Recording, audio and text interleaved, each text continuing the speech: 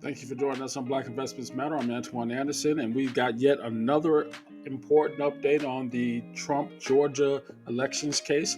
This one regarding one of his defendants, one of his co-defendants, Mr. Harrison Floyd. Wait till you hear this.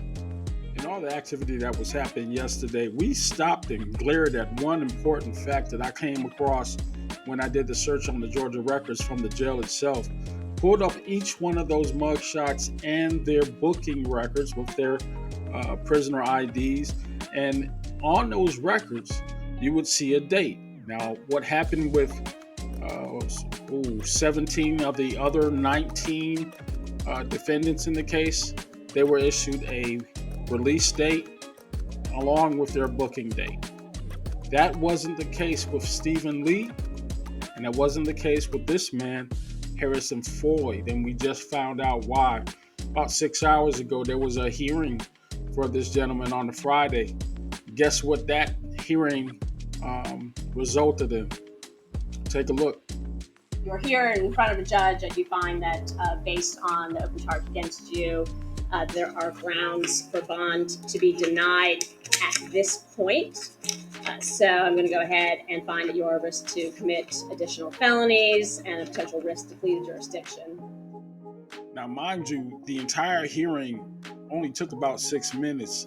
The judge had let Mr. Floyd know that she's not the one that's hearing his case.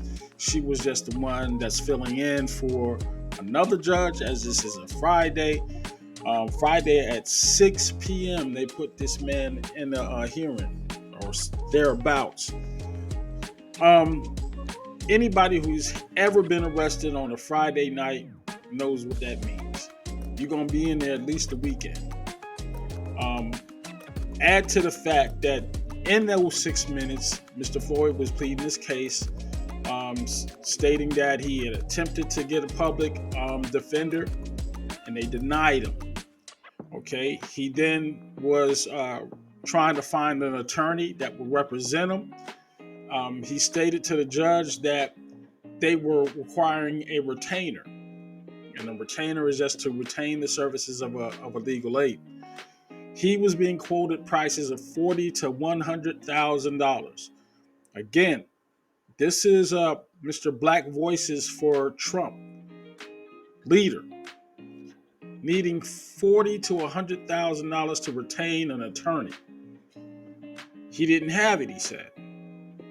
Wasn't going to put his family in that kind of a debt, especially, given that he's a father, and he couldn't afford it.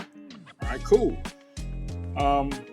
Furthermore, there were reasons given to why his no one took his case.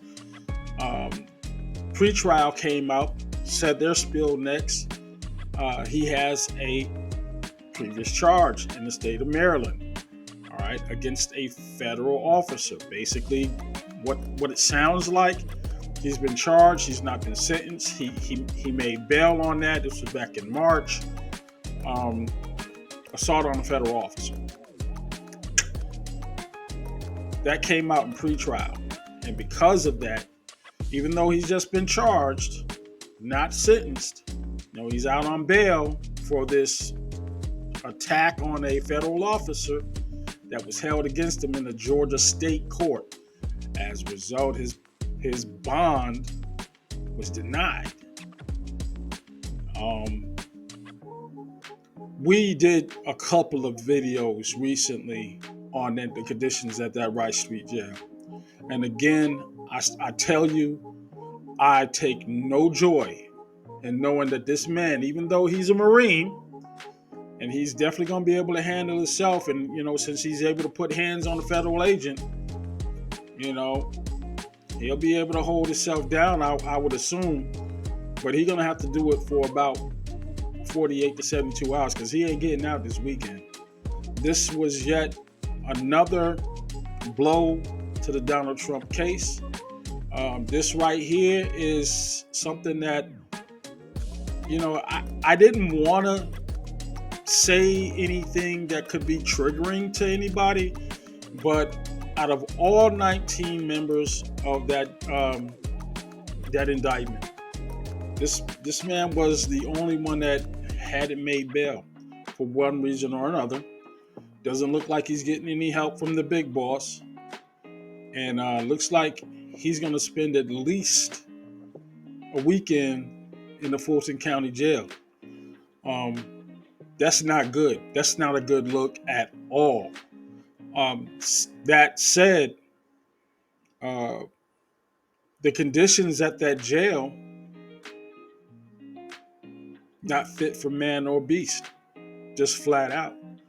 And whether or not I agree with, his role in this, because what he was charged with in this case was influence of a witness. That's just not going to fly.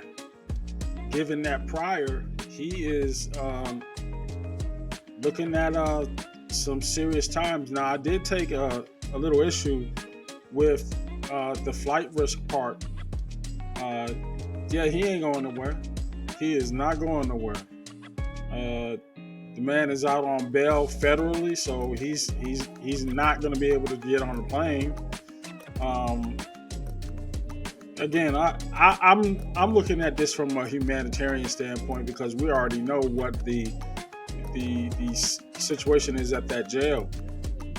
It's that bad. It is that bad. There is no upside for this. However,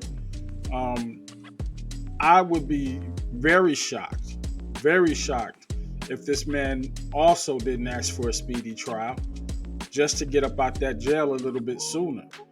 As I was stating in yesterday's video, that the average time that some inmates have gotten, some of those prisoners have gotten before their trial, it could be anywhere from 2 to 3 weeks to a few months. 6 months was all it took for inmates to die on misdemeanor charges down there, much less than witness intimidation. No RICO case involved. They just couldn't afford bond, which is the same case as what Mr. Floyd is facing. Can't afford that bond. Well, in his case, it was denied altogether. He couldn't afford an attorney. This is bad news. Let me know what you think in the bottom. Again, not a good look. Talk to you later.